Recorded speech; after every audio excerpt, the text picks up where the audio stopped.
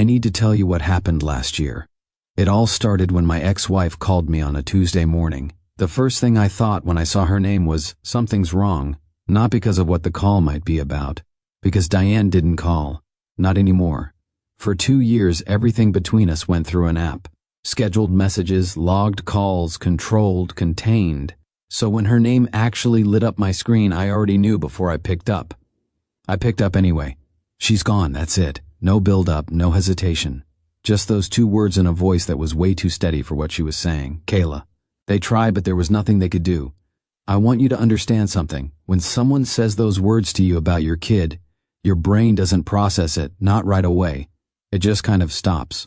Like it refuses to let the sentence mean what it means.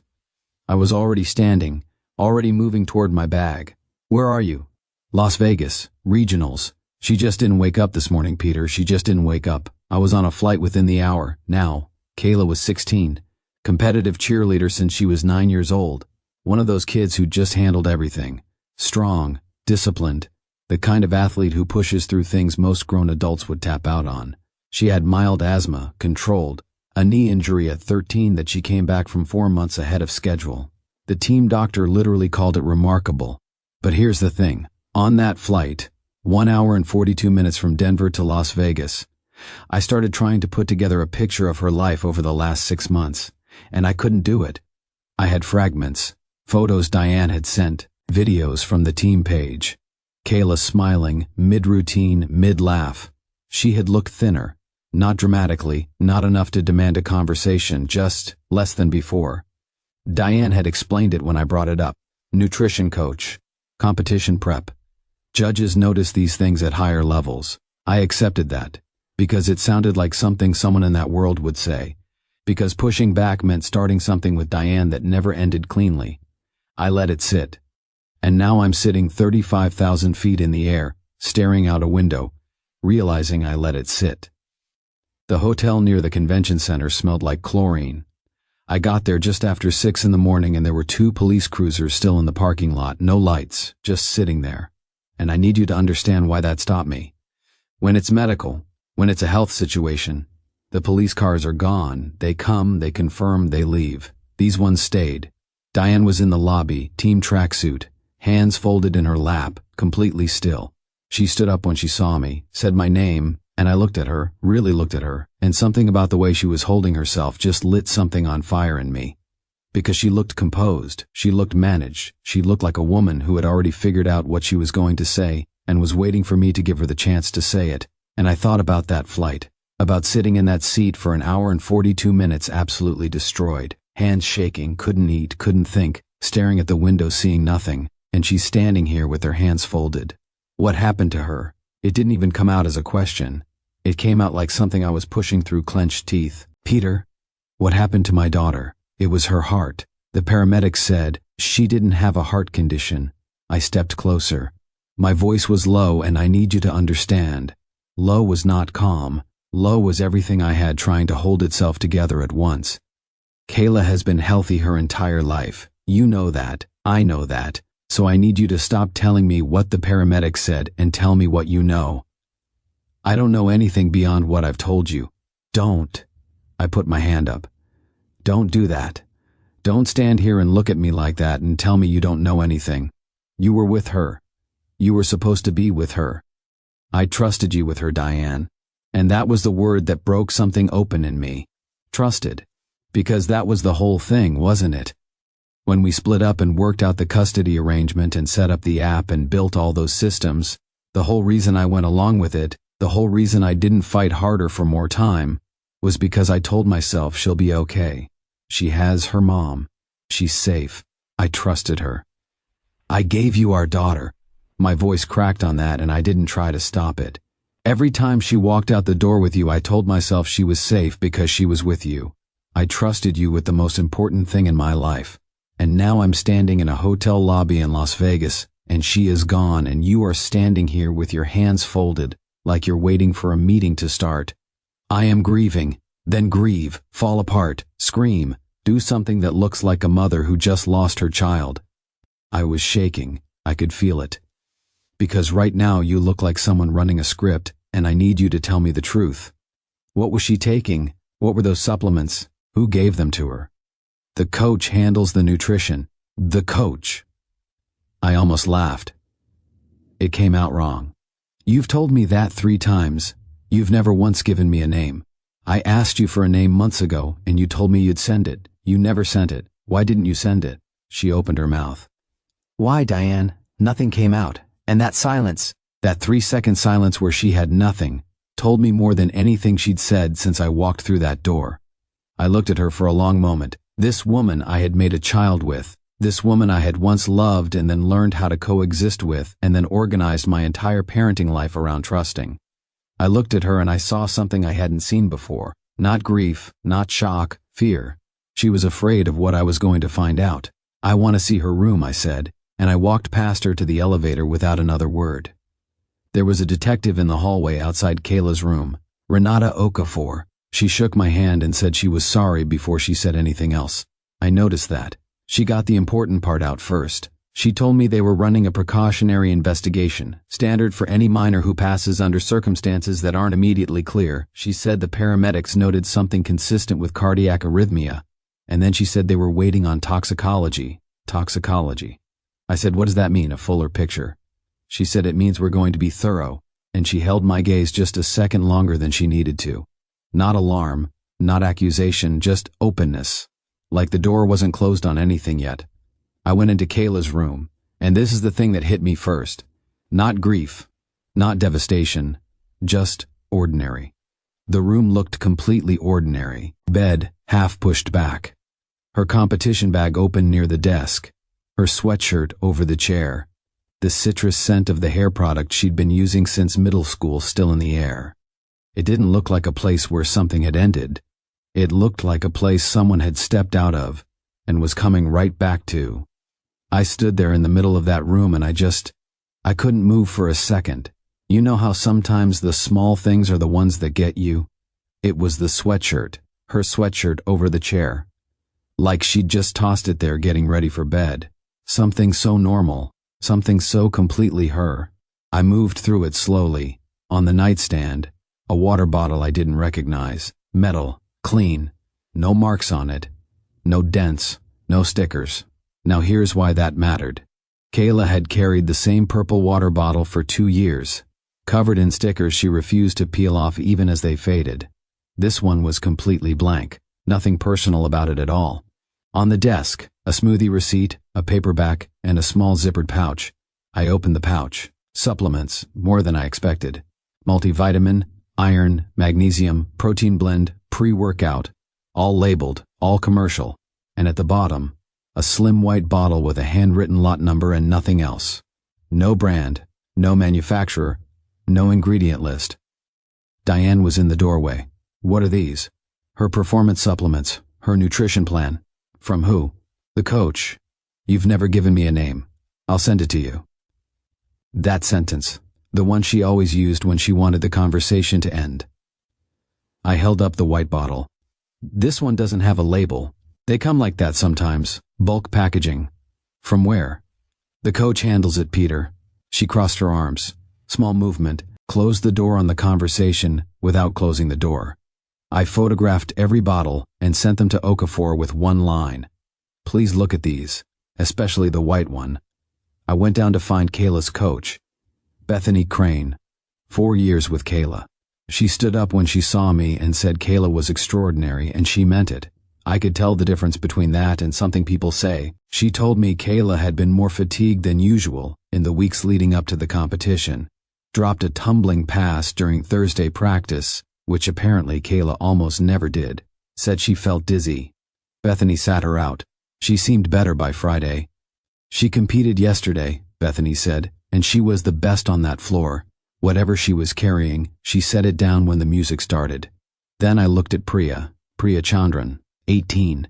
Kayla's closest friend on the team. She'd been in the background of a FaceTime call at Kayla's birthday dinner last spring, laughing at something off camera. Right now she was studying her own hands like they were the most interesting thing in the room. Priya, I leaned forward. If there's something you know, I need you to tell me. She looked up, and something released in her face. She was always tired, Priya said. Like no matter how much she slept, She woke up exhausted, and her heart would race sometimes when she wasn't doing anything, just sitting still, and it would just go fast. How long? About 2 months.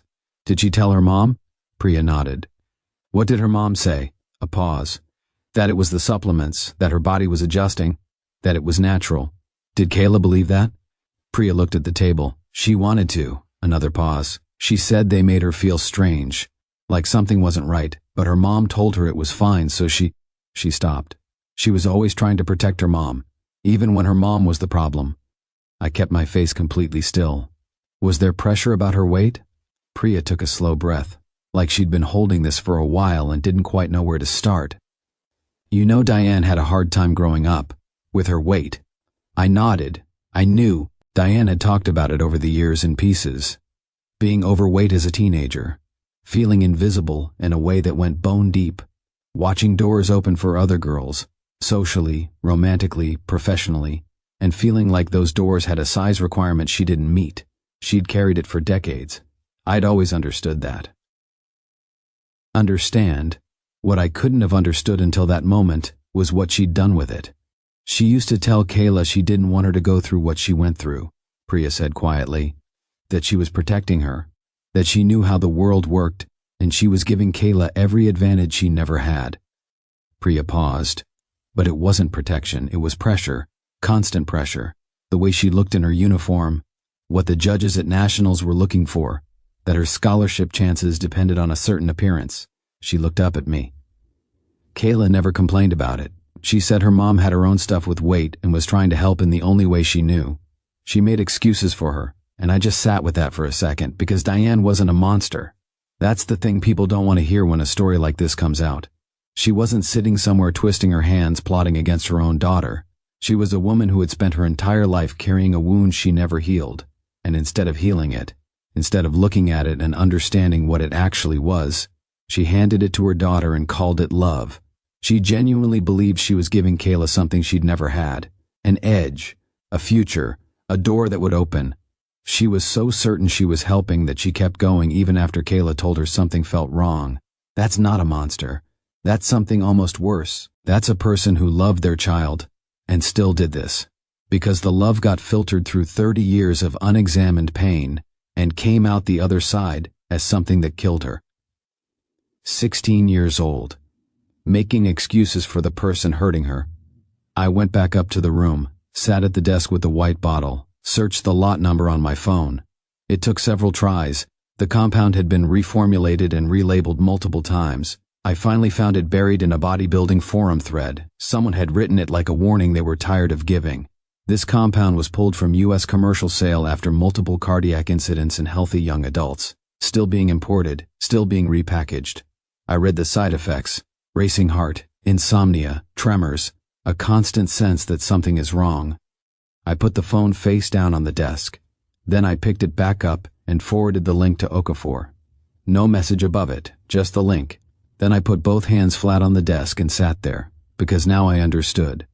My daughter had been given a restricted stimulant compound, daily, for months. She had felt her heart going wrong and been told it was her body adjusting. She had performed a full competition routine the day before she died. Okafor came back 38 minutes later.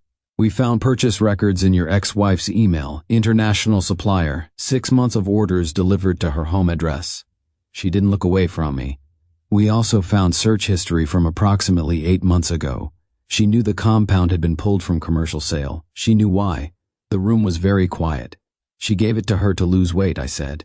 Okafor held my gaze and didn't offer me anything softer. That's what the evidence indicates.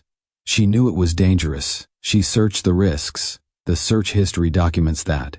I said it out loud then, just placed it in the air like something I needed to put down somewhere. She killed her. Okafor nodded. Once, very slightly.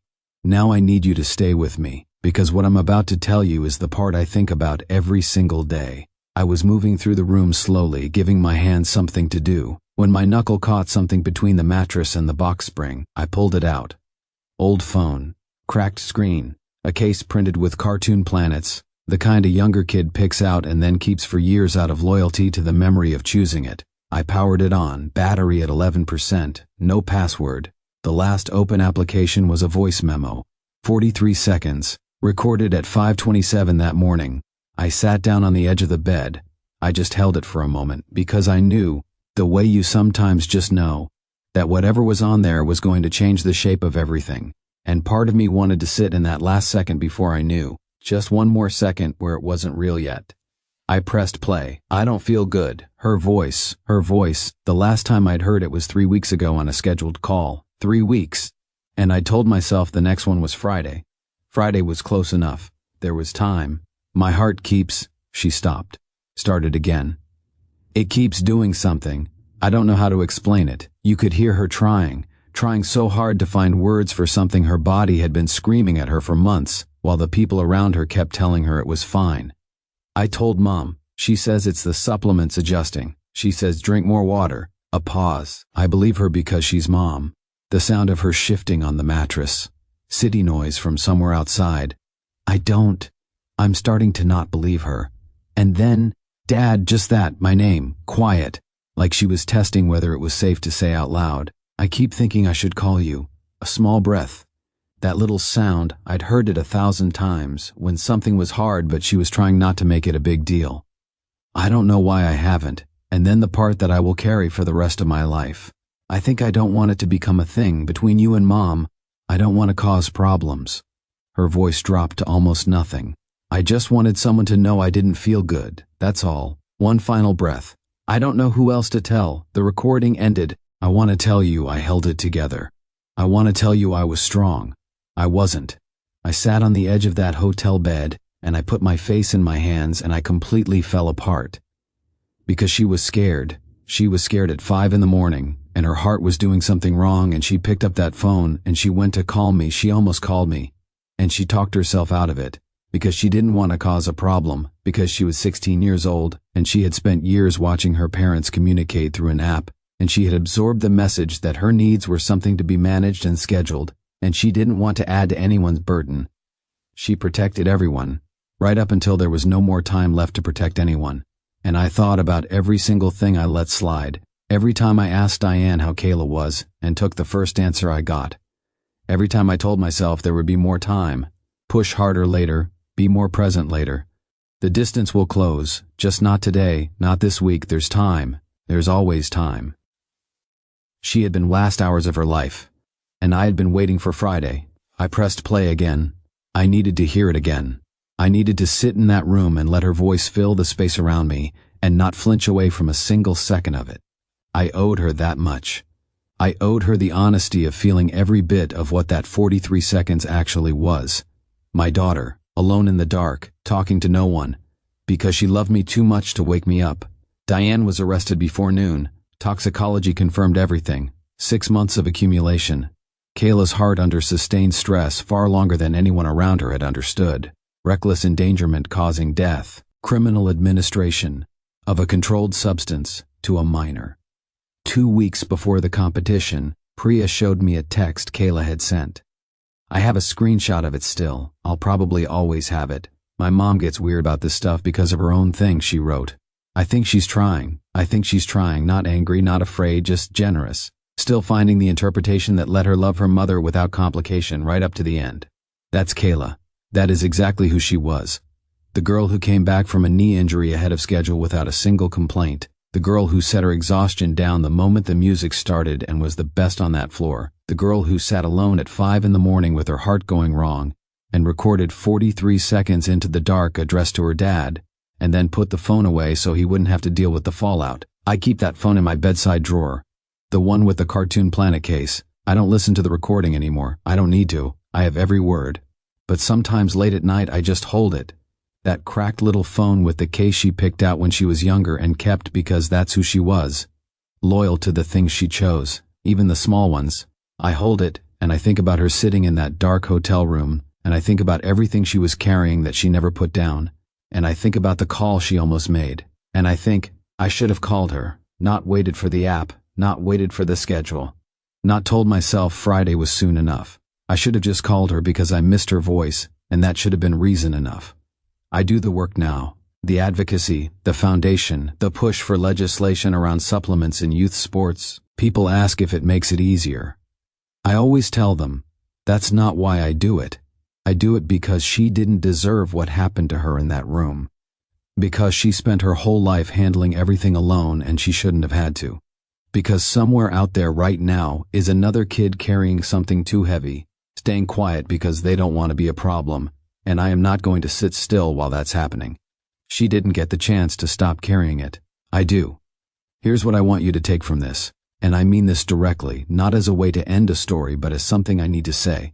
If there is someone in your life you've been meaning to call, not because something is wrong, not because there's news, just because you love them and you miss them, and it's been a little too long, don't schedule it. Don't wait for the right moment. Don't tell yourself there's time, just call.